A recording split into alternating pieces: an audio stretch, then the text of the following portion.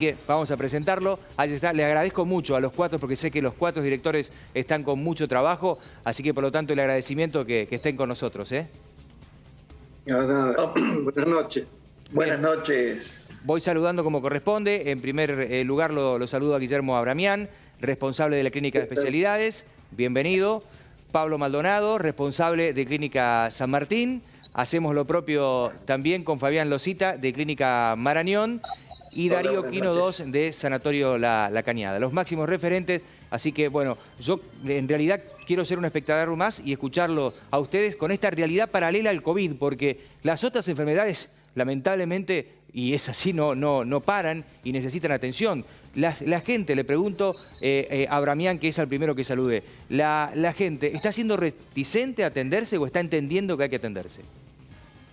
Mira, en realidad ha habido un proceso estos últimos 2 meses en donde después de haber tenido una suerte de tranquilidad con el COVID, la gente volvió a acercarse a la consulta y a las instituciones. En ese momento pudimos empezar a hacer una suerte de movilización importante de trabajo que estaba muy atrasado, mucha patología que no tenía contención. Veníamos bien, tuvimos una caída muy grande en abril, mayo, junio empezó a mejorar y julio parecía que iba a estar en una etapa bastante importante de trabajo. A raíz de esta situación que se produjo en la zona de la Ruta 9, tuvimos un inconveniente muy grande en donde la gente se empezó a asustar y los últimos 10 días del mes de julio notamos nuevamente una caída en la atención. De todas maneras, también está el problema de que a raíz de que se ha empezado a ver estas zonas rojas alrededor de la ciudad, nos ha llevado a usar protocolos preventivos para la cirugía, manejando los estudios, los testeos para prevenir en algunos casos problemas en la cirugía. Claro. Eso también genera un inconveniente a la gente que hace que se restrinja la atención. Losita, en su clínica, ¿la realidad es similar? Yo les pido que si alguno quiere interactuar y consultarse entre ustedes, no hay ningún inconveniente porque están todos los micrófonos habilitados para poder hacerlo. Pero, Losita, Clínica Marañón, en lo que no es COVID, lo que tiene que ver con otras patologías, ¿cómo se está trabajando? ¿Están a cama caliente? ¿Las cirugías comparativamente con el año 2019 son más o menos las mismas o han cambiado mucho? Lo que está sucediendo es más o menos como dice Guillermo Abramián. El comportamiento de la gente fue variando. En un inicio, en marzo, abril, vimos menguado fuertemente, sobre todo en abril, la asistencia de los pacientes a la clínica. Luego, en mayo y junio se recuperó y la gente perdió, como la Sociedad de Villa María, el comportamiento. Uno veía que habían perdido un poco ese temor inicial tan fuerte y concurrió nuevamente a la consulta, pero lo que estamos viendo ahora nuevamente en julio es una reticencia por asistir a la institución, las instituciones médicas.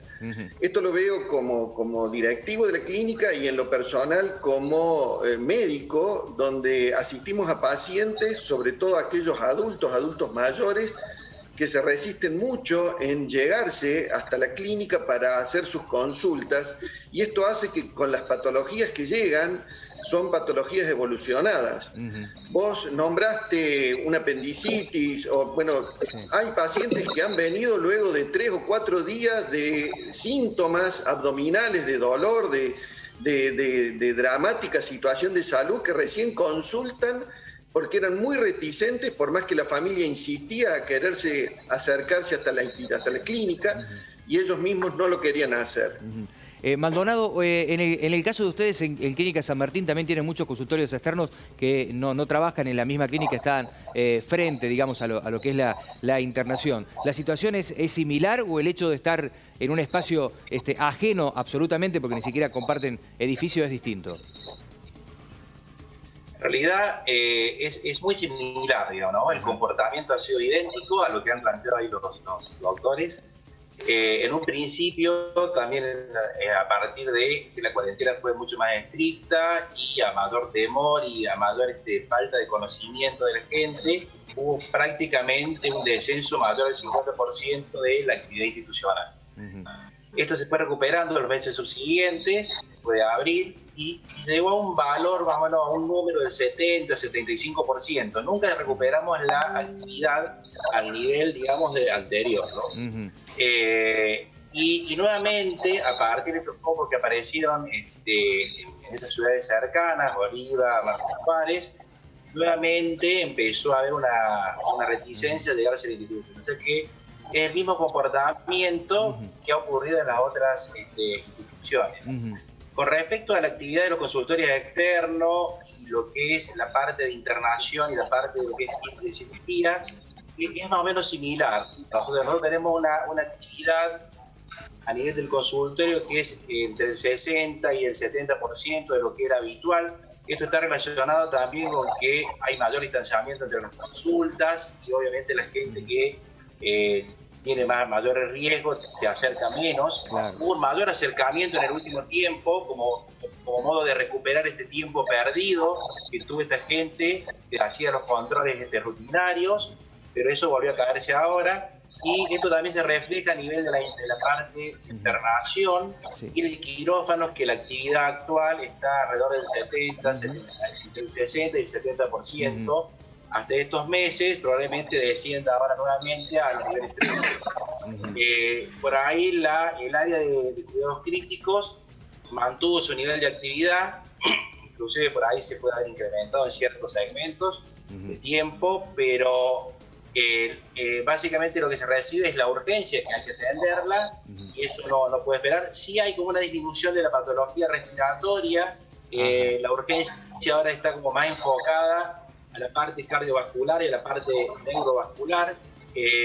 También obviamente existe patología respiratoria, pero no como en otros años, y sí la mayor parte hasta hace poquito de la atención está en las áreas críticas, estaba más relacionada a la patología habitual. De hecho, hubo momentos donde esta área estaba prácticamente ocupada en su totalidad con patología no COVID, y ahora, digamos, es como que empieza a haber ya un cambio de tendencia con algunos pacientes que tienen patología grave COVID, ¿no? Darío, lo aprovecho además como infectólogo y director de clínica para consultarle con respecto a las patologías. ¿Hay gente o en realidad hay informes que indican de que, obviamente no estamos hablando punto cero, pero la baja es realmente grande de la cantidad de patologías respiratorias que no tienen que ver con el COVID, hablando de las diferentes gripes, de neumonías? ¿Esto es así? Bueno, sí. Bueno, primero, buenas noches. ¿Cómo les va? Sí, por supuesto, hay una disminución de las consultas, sobre todo en la población pediátrica, porque no están yendo a colegios, guarderías, jardín de infantes. Entonces hay menor consulta. Las personas con mayor incidencia de patología respiratoria estacional, los mayores de 60 años, también en su mayoría están todavía manteniendo lo que es el distanciamiento, no así el segmento de la población que va de los 20 a los 50, entonces sí hay menor contacto en la población más susceptible o más afectada frecuentemente, con lo cual hay menos patología respiratoria. Nosotros a esta altura en la terapia siempre tenemos, calculo en cualquiera de las terapias de las instituciones, 2 o 3 pacientes con neumonía internado, bacteriana, neumocóxica, neumonía habitual, y hoy prácticamente es anecdótico la aparición de pacientes con... Mirá, esas imágenes son prepandemia, nadie con barbijo, ¿no? Claro. Qué lejano que nos parece. Sí, nos parece. Pero bueno, es así como vos me preguntás, Héctor. Yo le pregunto ahora a quien quiera contestarme con respecto a esto. Vamos a poner un caso en particular. Una persona que necesita operarse de vesícula. Me parece que en el consultorio con el cirujano por ahí le dicen, mire, está para operarse, y seguramente la pregunta es, ¿puedo esperar? ¿Qué sería lo mejor? Esperar en el caso de que se pudiere. ¿Esperar o no es como me han dicho algunos profesionales, que en todo caso ante una patología de necesidad de cirugía es el mejor momento porque nunca se estuvo tan atento a todo lo protocolar y lo que tiene que ver con la sanidad de los lugares a donde se realizan las operaciones? A ver, yo soy cirujano, en todo caso puedo contestarte. Lo protocolar siempre estuvo presente. Ajá. No es que uno se ha relajado y hoy pone el hincapié en lo protocolar. La patología de vesícula puede esperar aquella que no ha dado grandes síntomas, aquella que no tiene cuadros agudos, Si ha presentado síntomas y cuadros agudos, debe operarse. Todo lo que es programado en la clínica debe hisoparse previamente para realizar cirugías, sobre todo aquellas que tienen aerolización, o sea, con anestesia general, con intubación, tienen que tener cuidados especiales. De hecho, todo el equipo médico, los anestesistas, el equipo de instrumentistas, todos tienen ya todo el protocolo trabajando desde marzo de esa manera. Sí, yo la consulta... Sí, por favor, complete. No, yo lo que le consultaba era no pensando en que antes era más flexible la situación, sino por datos a nivel internacional. La Organización Mundial de la Salud enmarcó que han bajado las patologías intrahospitalarias. De eso lo desprendía, que por allí esos cuidados con respecto al COVID se acentuaron aún más y han bajado ese tipo de patologías. De ahí desprendía. Han bajado, evidentemente, pero sobre todo también porque ha bajado la actividad, como lo hemos dicho previamente en la pregunta anterior. Bien. Y evidentemente porque los cuidados ya exceden, y que para otras patologías que antes eran más frecuentes, y esto el doctor Quinodó puede ampliarnos, con los cuidados en exceso que uno está teniendo con el COVID, previene también el resto de las patologías. No sé, Darío, ¿qué opinas? Sí, por supuesto, sí. Yo opino exactamente lo mismo que vos, Fabián. Y aparte, Héctor, lo que yo estaba pensando cuando vos hacías esta pregunta es esperar hasta cuándo. Es decir, hoy tenemos un cierto nivel de incertidumbre acerca de cuándo va a cambiar esta situación o cuándo esta pandemia nos va a dejar de acompañar. Entonces no sabemos si va a ser un mes, 2 meses, o va a ser 2 años, o 3, o 4, eso no lo sabemos, porque todo va de venir de una cuestión ecológica, que el virus desaparezca como por arte de magia, o de que venga la vacuna. Mientras tanto, el nivel de bioseguridad que se ha alcanzado en los quirófanos optimiza mucho todos los procesos, resguarda a los profesionales, resguarda al paciente. Y digamos, si yo tendría una patología de vesícula y decir, bueno, y yo qué le preguntaría al médico, listo, ¿y hasta cuándo me voy a poder operar sin COVID? Y no lo sé. Entonces me parece que ya todas las instituciones hemos evolucionado en ese sentido y hay un nivel de seguridad que, bueno, nunca hablamos de seguridad plena. Nosotros en medicina es un poco como la aeronáutica, nosotros tenemos una lista de procesos que tenemos que respetar y cumplimentar, y hoy eso se está resguardando al 100% en todas las instituciones, tanto públicas como privadas de nuestra ciudad. La pregunta para ustedes, alguno que me pueda hacer un poquito de futurología por lo menos, pensando en el post-pandemia, ¿ha cambiado radicalmente, digamos, desde lo público y lo privado, a ustedes puntualmente en lo privado, la pandemia va a cambiar algo dentro del sistema sanitario argentino, o podrá volver al mismo circuito que estaba anteriormente? No, ya a esta altura lo que hemos vivido no se vuelve más para atrás. Digamos, es muy difícil que hoy cambiemos la metodología de trabajo, porque hay muchas cosas que han sido positivas, no todo ha sido negativo. El único serio problema que tenemos es que el sistema no sé si va a soportar la estructura de costo que significa este nuevo modelo de atención, tanto desde el punto de vista de la estructura de atención como desde el punto de vista de los costos de la utilización de un montón de elementos que hoy son de necesidad básica. Entonces, el desafío que tenemos es ver cómo vamos a adaptarnos, la institución, el sistema sanitario argentino, para poder seguir garantizando este mismo nivel de calidad. Yo creo que es muy difícil que de algunos de los que estamos trabajando hoy podamos retroceder. Me parece que sería tristísimo que tuviéramos que retroceder por otro lado. Pero indudablemente que esto nos produce una serie de interrogantes hacia adelante, cómo el sistema se va a adaptar a esta nueva realidad. El otro día teníamos una reunión con el ministro de Salud de la Nación y la Superintendencia de Salud, y acá hay que empezar a discutir el nuevo plan médico obligatorio por un plan médico más racional. Hay que empezar a discutir un cálculo actuarial de las enfermedades. Indudablemente los costos de las enfermedades son distintos. No se puede sumar prestación y no financiar el sistema. Esto es como que usted tiene un auto y lo asegura para una patología, para un choque, y resulta que después asegura por lo que están adentro, lo que están afuera, para si se lo roban, la llave. El costo es otro, la incidencia es otra, y creo que este es el gran desafío que tenemos. Y hay una variable que lamentablemente nos ha traspasado a todos, que es la estructura de costo que se ha incrementado irracionalmente en todo lo que es medicamento e insumos. Nosotros tenemos un estudio, un promedio de aumento en los insumos del 250%.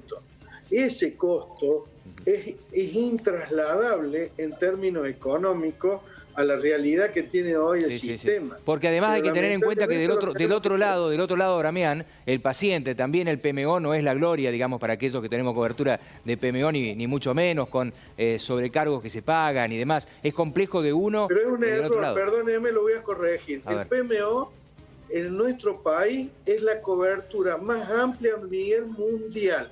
En nuestro país se cubre todo, absolutamente todo. No tiene límite ningún plan. Le cubrimos todas las patologías que se le ocurra. No existe en el mundo sistema de salud que cubra todo lo que cubre nuestro sistema. Que después se cumpla o no se cumpla, quizás ahí empieza pero después aparecen que vos me la idea, Abramián, no era hablar de lo económico, pero después aparecen los seguros que se pueden llegar a pagar, o las limitaciones en las clínicas, por ahí quiero atenderme con tal médico, pero tengo que fijarme si mi obra social me cubre la clínica que yo quiero, el profesional que quiero que me atienda. O sea, la variable es realmente amplia, más allá de que entiendo que lo de ustedes, se lo hemos conversado con todos en algún momento, antes de la pandemia ya estaban ultra complicados económicamente y es absolutamente entendible y ojalá se hable al respecto. La última consulta que quiero hacerles, es muy difícil pensar en este momento en que Villa María tenga un polo sanitario ubicado en un lugar específico, que se les brinde la opción a ustedes de créditos blandos o un espacio en particular para que se salgan del centro. Me imagino que cada vez ser más complejo para ustedes, la mayoría, allí estamos hablando de 3 clínicas que están en pleno centro de la ciudad, debe ser cada vez más complejo la atención, el crecimiento de la clínica en lo edilicio y demás. ¿Lo están viendo como una opción de que haya un lugar, un polo sanitario algo más alejado de la ciudad, cerca del hospital, La Cañada, allí donde era la idea original? Y yo creo que hoy hablar de eso, ojalá pudiéramos hacer algo que sea superador a lo que tenemos. El problema es que todo esto que estamos planteando conlleva una inversión económica monstruosa y un consenso de la comunidad para saber qué salud queremos. Ojalá tuviéramos la posibilidad de hacer algo importante como sector privado, juntos y aportando todo nuestro saber y capital. Pero es una decisión que tiene que ver con un modelo de atención que está en discusión. Honestamente, por ahí nosotros no sabemos si este modelo pretende que siga estando el sistema privado dentro del eje de atención, o va a ser público, o vamos a ser mixto o no. Creo que hay un debate a raíz de todo esto muy interesante en que tenemos que tomar como eje el hombre, no nosotros. Acá es importante la gente, no los médicos, ni las clínicas, ni nada. Claro. ¿Qué es lo que queremos para que se atienda a la gente? Bueno, le doy la palabra, en realidad ahora lo escucho al responsable de Clínica Marañón, lo cita con... Rápidamente, evidentemente los 4 que estamos acá hablando somos médicos y como tales siempre nos entusiasmamos y tenemos y creemos en utopías con respecto a la medicina a ofrecer. Nos chocamos con mucha frecuencia con las realidades, tal cual dice Guillermo, con la realidad de saber qué va a pasar en el país con respecto a la salud. No es sencillo poder avanzar en proyectos si no está en claro cuáles van a ser los lineamientos a futuro, que supongo que se darán con el correr del tiempo. Y tendremos, como dijo Darío, que ver cómo nos adecuamos a convivir con el virus de acá al futuro. Eso va a significar readjudicar costos, ver cómo nos reorganizamos con respecto a esto en los meses y tal vez en los años venideros. Pero siempre tiene que quedar la esperanza de que podemos desde el sector salud ofrecer algo superador. Las ganas están, el sector está predispuesto, tiene gente y recursos humanos para ello y nosotros apostamos un poco a eso también. Pablo. Sí, bueno, se ha dicho un poco de todo, ¿no? O sea, básicamente es lo mismo. Un poco lo que dijo Darío con respecto a que uno no sabe dónde termina esta pandemia. Obviamente que de la pandemia siempre se van a sacar beneficios y seguramente van a salir situaciones nuevas o formas nuevas de atención, aplicaciones. Seguramente algunas formas que usábamos anteriormente también volverán a utilizarse. Predecir qué va a ocurrir es como bastante dificultoso, y hasta que no haya una solución cierta, es como que hay que abocarse al presente, ¿no? También es cierto todo lo que se planteó con respecto al financiamiento del sistema de salud y qué tipo de sistema se pretende para la población. Y si se pretende tal o cual sistema, es una discusión que se merece, bueno, básicamente es apoyar esto para que se pueda desarrollar. Bien, por último, yo creo que Villa María tiene un buen sistema de salud en general, tiene buenos profesionales, tiene profesionales que están en muy buen nivel, una media bastante alta, y hay un voluntarismo con respecto a las prestaciones de salud y a la mejora que no se ve en todos los lados, ¿no? Entonces es algo importante de rescatar eso. O sea, sí. Por lo menos se nota también en sus directivos. Realmente tratan de mejorar su prestación. Por último, Darío, su concepto final. Sí, bueno, yo estoy cansado. Recién vengo de Montevideo, hoy estuve todo el día trabajando en Montevideo, y en esto, bueno, yo estoy haciendo un acompañamiento desde lo público y a su vez trabajo en instituciones privadas. Yo creo que el sistema en sí y las prestaciones están mucho mejor, está mucho más articulado entre el público y el privado. Hoy nosotros en Villa María estamos recibiendo, no me animaría a decir un número promedio, pero todos los días son 2, 3, 4, 5, 6 pacientes que vienen con neumonía grave para terapia intensiva desde Marcos Juárez y de Oliva. Están apareciendo brotes en otros lugares, y el sistema privado está, digamos, acompañando al sector público, porque está recibiendo camas en todas las clínicas de la ciudad. Tenemos pacientes con COVID internados, o en la mayoría, y estamos recibiendo camas, estamos recibiendo pacientes, y sin ese apoyo del sector privado, digamos, el rol del sector privado en acompañamiento de este delineamiento de la salud pública para transitar la pandemia es importante, y el sector privado se ha puesto a la altura de las circunstancias, y creo que estamos mucho mejor. Pero bueno, claramente hay una situación de planteo, como decía el doctor Abramián, Fabián y Pablo, alrededor de la financiación del costo de la atención de los pacientes COVID. Pero bueno, ese es un tema que va a empezar a transitarse ahora. Yo creo que el rol del sector privado es muy importante y está totalmente articulado con el sector público. Tenemos una muy buena comunicación, y yo siento que estamos trabajando mucho más en equipo, mucho más en red que antes, o que pre-pandemia. Eso, bueno, el desafío es sostenerlo y adecuar el sistema para que todo pueda ser viable en el futuro. Bueno, yo particularmente quiero agradecerles. Es la primera mesa de debates que intentamos del noticiero desprender también, porque me parece que hay cosas que hay que debatirlas, que hay que charlarlas y que hay que escuchar a los profesionales en cada área. Por eso fue la propuesta. Les agradezco a los cuatro que se hayan prestado a la conversación. Parecería que no hay grieta. Como medio de comunicación a mí me hubiera servido que hubiera habido algún roce, pero al menos me parece que hay comunión entre ustedes y hay una línea de pensamiento bastante similar entre unos y otros. Y me quedo con lo último que decía Darío, que quizás la pandemia, entre tanto mal que nos ha hecho, nos ha unido como sistema de salud, más allá de lo público y lo privado. Es la sensación que uno tiene, y creo que ustedes también lo sostienen. Así que les quiero agradecer mucho a los cuatro que se hayan prestado a la nota y saludarlos. Bueno, muchas gracias. Que tengan